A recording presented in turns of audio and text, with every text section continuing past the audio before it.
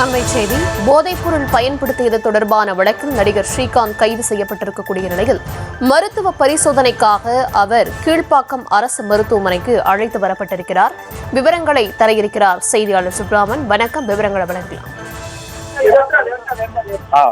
வணக்கம். கடந்த மாதம் சென்னை நுங்கம்பாக்கத்தில் இருக்கக்கூடிய ஒரு தனியார் பாரில் நடந்த அந்த பார்ட்டியில் பிரசாந்த், பிரதீப் என்ற இருவர் கைதாகி சிறையில் இருக்கிறார்கள். அவர்களிடம் விசாரணை மேற்கொள்ளப்பட்டது. அந்த விசாரணையில் நடிகர் ஸ்ரீகாந்தும் போதைப் பொருள் பயன்படுத்தியிருப்பதாக அவர்கள் கொடுத்த தகவலின் பேரில் இன்று காலை போலீசார் அவரை கைது செய்து நுங்கம்பாக்கத்தில் உள்ள காவல் நிலையத்திற்கு அழைத்து வந்தார்கள். அங்கு அவருடன் விசாரணையானது நடைபெற்றது. அதன் பின்பாக மருத்துவமனைக்கும் அழைத்து செல்லப்பட்டு அவருடைய அந்த உடலில் பரிசோதனை மேற்கொள்ளப்பட்டது. போதைப் பொருள் இவர் பயன்படுத்தியிருக்கிறாரா, இவருடைய உடலில் போதைப் பொருள் பயன்படுத்தியிருக்கான சாத்தியக்கூறுகள் இருக்கிறதா என்பது குறித்தான அந்த பரிசோதனை எல்லாம் மேற்கொள்ளப்பட்டதாக சொல்லப்பட்ட நிலையில் அதன் பின்பாக காவல் நிலையத்தில் அவரிடம் தொடர்ந்து விசாரணையானது நடத்தப்பட்டது.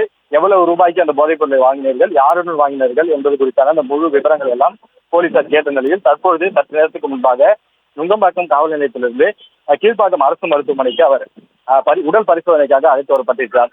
மீண்டும் அவரது உடலில் பரிசோதனை மேற்கொண்டு அவரது உடலில் போதைப் பொருள் பயன்படுத்தியிருக்கான அந்த அடையாளங்கள் இருக்கிறதா என்பது குறித்து அவர்கள் பரிசோதிக்க இருக்கிறார்கள். இதன் உறுதியான பின்பு இது குறித்தும் அந்த வழக்கில் அவரை சேர்க்க இருக்கிறார்கள்.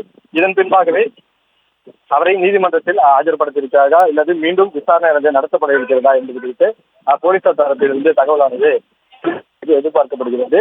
அதே போல இந்த பிரசாந்த், பிரதீப் அந்த இருவர் தான் அவருக்கு அந்த போதைப் பொருள் சப்ளை செய்ததாகவும், குறிப்பாக அந்த கொக்கைன் என்ற போதைப் பொருள் அவருக்கு சப்ளை செய்யப்பட்டு அதை அவர் பயன்படுத்தியதாகவும் தகவல் சொல்லப்பட்டது. தற்பொழுது அவரை கீழ்ப்பாக்கம் அரசு மருத்துவமனைக்கு கொண்டு வரப்பட்டு அவருக்கு பரிசோதனை தற்போது நடைபெற்று